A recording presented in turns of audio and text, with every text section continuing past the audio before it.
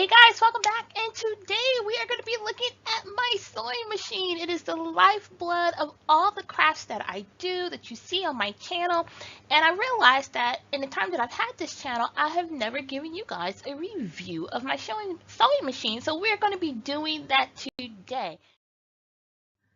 Alright guys, let's get started now. I am using the Brother model number CE1100PRW. That is the Project Runway limited edition machine. Now I do know that this was purchased from Walmart for roughly that $130 to $150 US. Now this was a gift to me about 3 years ago, so we're coming up to the 3-year anniversary for this machine. And I have to tell you that I have worked this little machine to the core. I really do enjoy it. Not only is this my first computerized machine, but it is also my first Brother machine.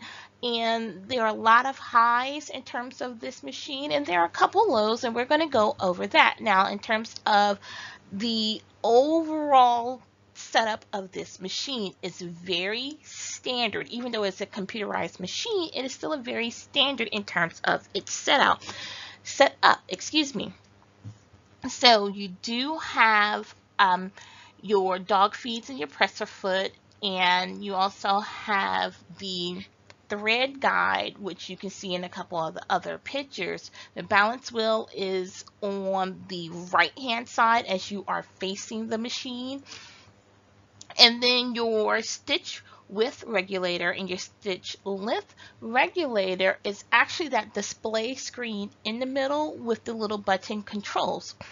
And it might look like, oh my gosh, what is all of this techie stuff? But I'm telling you guys, it is so easy to figure everything out. The adjustment for me was fairly quick in terms of going from a traditional machine to a computerized machine. I also love the fact that this particular machine offers 100 stitches. Now y'all know me, I do not use all 100 stitches. Okay, I use mostly the first 2 rows, and now I am starting to get into the decorative stitches, which is kind of your row 60s and the 70s is some of those stitches that I'm starting to use. But I do like the fact that I don't have to flip through a book to figure out what stitches what and where to go. It's all right there laid out in front of me. It's very easy. I just insert the number on the top LCD panel, and the needle will go to the place where it needs to be to start my stitches, and I get the effect that I want. I truly enjoy this machine. Now, one of the things that I do not like about the machine, and this is more of a quality of life issue and not a performance issue, is the fact that this has a built-in handle. I particularly don't care for that, and maybe that's just the old school in me. I still have my machine that I learned on when I was in middle school, and so I am used to having a machine that actually has a functioning handle that, you know, you can lift up, push down, as opposed to something that is built in. Again, that's just a quality of life issue, and I think it's just the fact that I've had a Singer for 30 plus years, where my Brother machine does not have that. It is built in. I know it's more cost effective to have it built in. It's less parts that you have to worry about in terms of maintenance, but that's just what I like. Okay. In terms of powering, it's very simple. Then this particular machine has 2 different cords. One cord is going to go to the foot pedal. The other cord is your power cord. Now, some people are really big into cord management, and if that's you can do what you need to do to kind of corral those cords. But this one does have 2 separate cords to keep track of. You know, and again, that is mostly a quality of life issue. Now, in terms of some other features that I do enjoy about this machine, I love that on my faceplate area, the sewing table area, is that I can pull it apart and it has a storage compartment, and I love that. My old Singer did not have that, and I always had to carry a sewing case around. Well, this one, I can keep my bobbins, I can keep all of my sewing needles, I can keep all of my presser feet right there within easy reach in this storage compartment. Now, personally, I wish it was a little larger, and the larger machines will have the space to make that storage compartment larger. But again, this is a very compact machine. But I do like the fact that it offers that storage. Okay. So now when you're looking at, oh my gosh, what is all these 100 stitches? Hello? Like I said before, I do not use all of these stitches by any stretch of the imagination. That is just not where my skill set is at. But I'm going to get there, guys. Y'all know me. I'm learning and I'll experiment. But I do use mostly the first 2 rows and then at least 2 rows of the decorative stitches. And I love the fact that with my LCD display unit, it's very easy to change your stitch. Okay, so if you look at the LCD screen, the first 2 digits, okay, are your stitch selection. So if it defaults to 0, 0, which is the needle being in the left hand position as you are looking at the machine if you are ready to sew. So that 0, 0 is the default position for the needle, left hand side. But if I change that to 0, 4, that needle will shift to the center and it will be ready to stitch a zigzag stitch. If I change that first number to a 7 and keep that second number a 0, then it will be ready to stitch a decorative heart stitch. It's so easy to follow, and I love that about this machine. And another thing that I love about this particular display is if you look to the center, you see the icon of a presser foot with a letter underneath. And so if you ever say, hey, I want to do stitch 34, I want to do stitch 75, and you think, oh, you can just leave presser foot J in, I don't think so. Like, it will tell you the specific presser foot that you need to achieve the stitch that you desire. And I absolutely love that, especially if you are a novice sewer like me. I still consider myself more on the novice side, and I'm still learning these stitches. So I love the fact that this guides me to the proper presser foot to use so that my project is a success. Now, the right hand side of the display, there's a top number and a bottom number and icons next to those numbers. The top number is your stitch length, okay? The bottom number is your stitch width. And so what I like about it, those 2 little icons will have a oval around it. If you see the icon with the oval around it, that means you're at your default sizes, your default stitch length and your default stitch width for whatever stitch you're using. And if you deviate from those sizes, you want a longer stitch length, you want a wider zigzag, that oval will disappear. And so that will let you know, hey, you're not using a traditional size for the stitch that you have selected. And if you need to reset, you know exactly where to put those settings to reset them and kind of start over if you need to start fresh. I love that about this machine. Sometimes we just need our handheld as we're going through and learning how to use the machines, and I love it. All right, so now, all the things that I love about this machine, the one thing that I 100% absolutely hate, if I could talk to brother about this and shake my finger at them, it is that darn faceplate. The faceplate on this machine, okay, and this is where your bobbin sits underneath, this is where your presser foot is and your dog feet are. That faceplate is half plastic, half metal, okay, and that plastic piece is the cheapest piece of plastic I think they could have found at the factory. I absolutely hate it. It is very thin, it bends very easily. It's very difficult to detach from the machine if I'm trying to clean my race. And so it is such a frustration. It is such a frustration. That is more than a quality of life issue.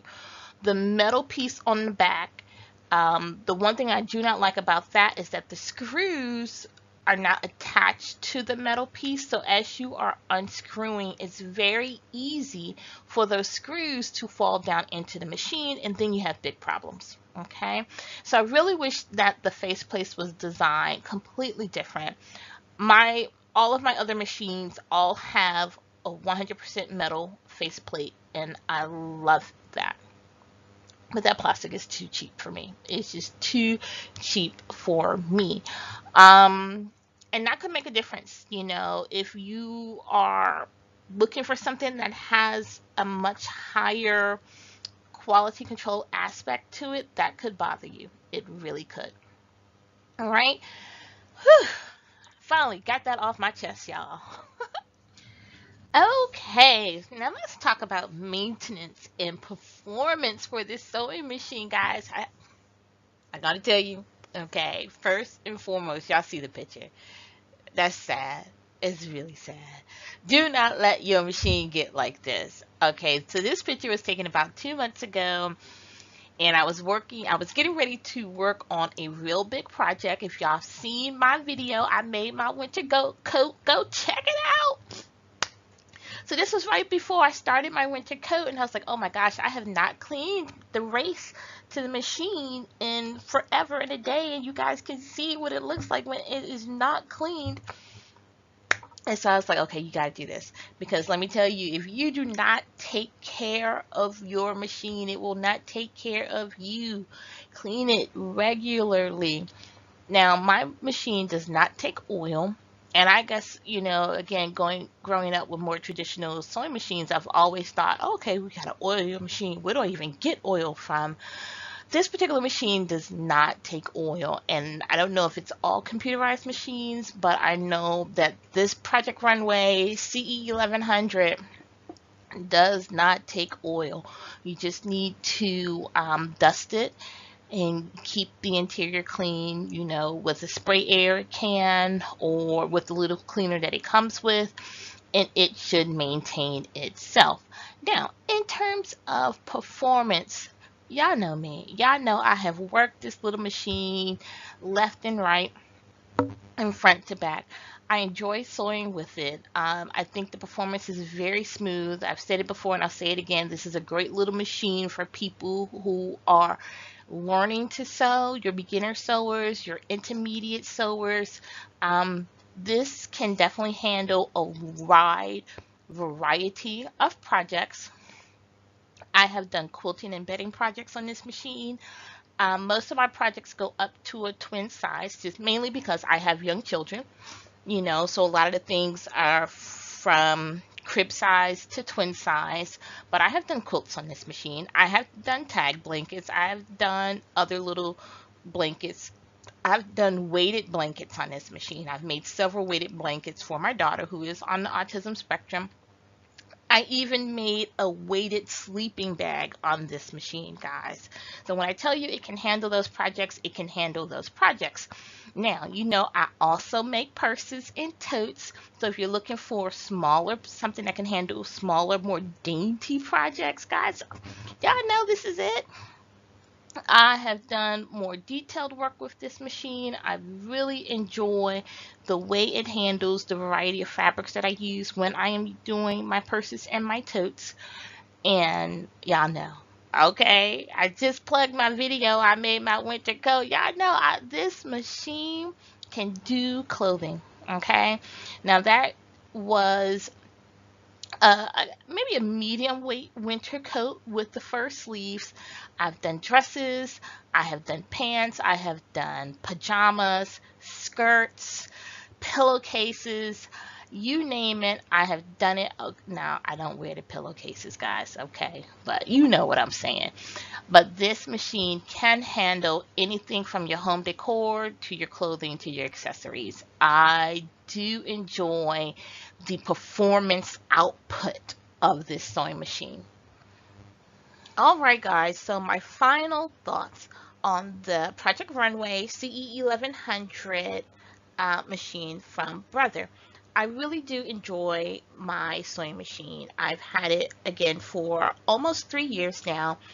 I have found it very easy to get used to if you're coming from a traditional machine into a computerized machine. The adjustment period it won't take you that long, guys. It really will not take you that long to get used to the mechanical changes.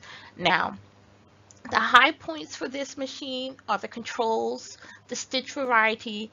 It is easy to carry, although I would prefer a different type of handle. Um, Loading the bobbin is relatively easy. I do have some issues sometimes, but I think that might just be more human error than anything. Changing the needle, changing the feet. My hands are not that big. I kind of wish the key was a little bit smaller so I can get a full rotation when I turn. But again, this does not affect the overall quality of the use of the machine. It's just more of a quality of life issue. And then the storage. I'm glad that it does have a small storage compartment where I can keep my needles and my feet and my bobbins. So I do love that fact, although I wish it was a little bit bigger, but that's just a personal preference for me. So all of those issues, I will give an A or an A minus to. Now the faceplate, that faceplate is a D if I've ever seen a D. Okay. I do not like the quality of the plastic that they use for the faceplate.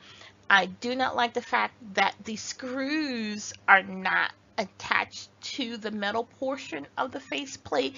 It's very easy to lose those screws and get those to drop down into the case, and that is something you absolutely don't want to do. So I really wish that those screws were attached. I wish that plastic was not plastic. I would 100% prefer a full metal faceplate. But if you can get past that quality control issue, I do give this machine an A minus overall. I think it's a great investment for those who are learning or those who are kind of in that intermediate area. And it does not take up a tremendous amount of space. It's a very compact design. So guys, that's what I have to say about my brother CE1100PRW sewing machine.